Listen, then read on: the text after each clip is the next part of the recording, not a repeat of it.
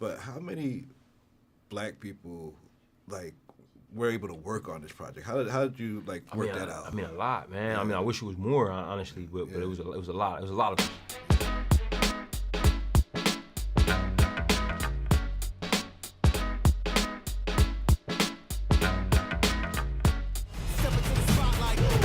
Don't freeze. I never freeze.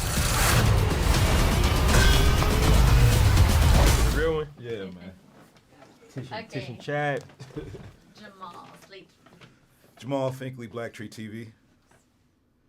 Man, we go back a while, man, and to see your meteoric rise from the days you had dreads and was pushing a short film at ABFF to now, it's just like, I mean, it's amazing, man. So I've been asking everybody, but this question really is really meant for you. A lot of times we were young and we probably heard our mom say, you know, or somebody say, make your mama proud. How does it feel to have done a project where a whole culture, a whole people are feeling pride in? How does that feel for you as a filmmaker? I haven't really processed that concept yet, man. You know, I started off by making something that I wanted to be proud of, and that my collaborators wanted to be proud of. You know, like soon as I met the folks at Marvel, you know what I mean, met Nate, met Kevin Feige who runs it, met Victoria Alonso, met Lou D'Esposito, you know, and they were like, you know, I told them, you know, what I would want to do with the project, and they looked at me in the eyes and said, man, let's go, you know, let's go get it. You know, I felt like I wanted to make them proud too. You know what I mean? Yeah. And it starts there with who you working with, who you collaborating with. You know, the actors coming in these crazy outfits and you know, going to workouts at 6 a.m, the not shaving her head. You know what I'm saying? Like it just fully committing. You want to do something that they'll all be proud of. You know, and it starts there. Like as far as thinking about the greater culture, you know, I can't, man. You know what I'm saying? I it's too big. That's too much. You know. Yeah. You know. But you know, you hope so. Like when it comes time to release it, you know, you hope so. Cause I mean, I'm incredibly proud to be, you know what I mean, a part of that culture, man.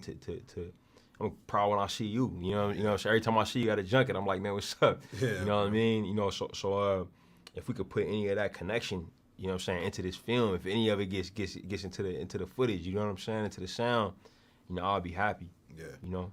And speaking of the people you work with, I mean, one of the things that got me into entertainment is watching the credits and seeing how many jobs there are. And I know that you had Rachel, cinematographer. And Yes, sir.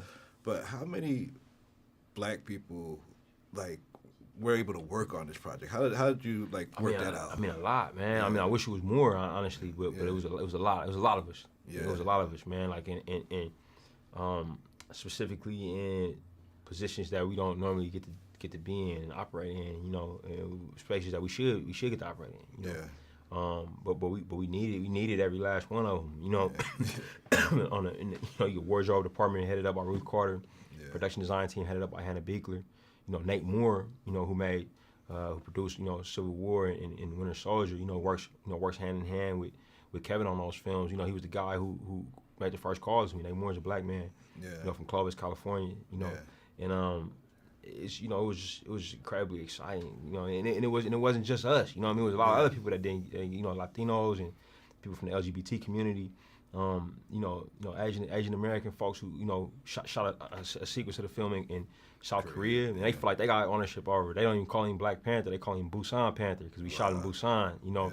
So just seeing the ownership of the film, you know, they made Black Panther hats that were in Korean, in traditional Korean lettering, and they rock them. You know what I'm saying? Like for them, Black Panther's for them. You know what I'm saying?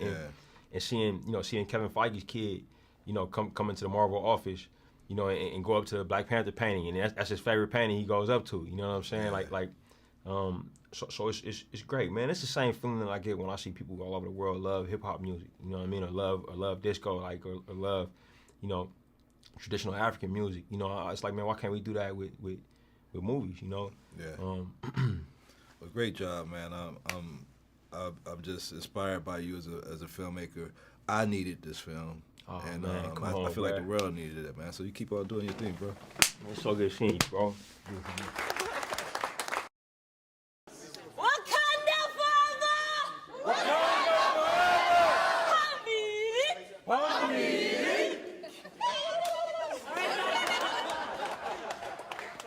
picture on Black Panther.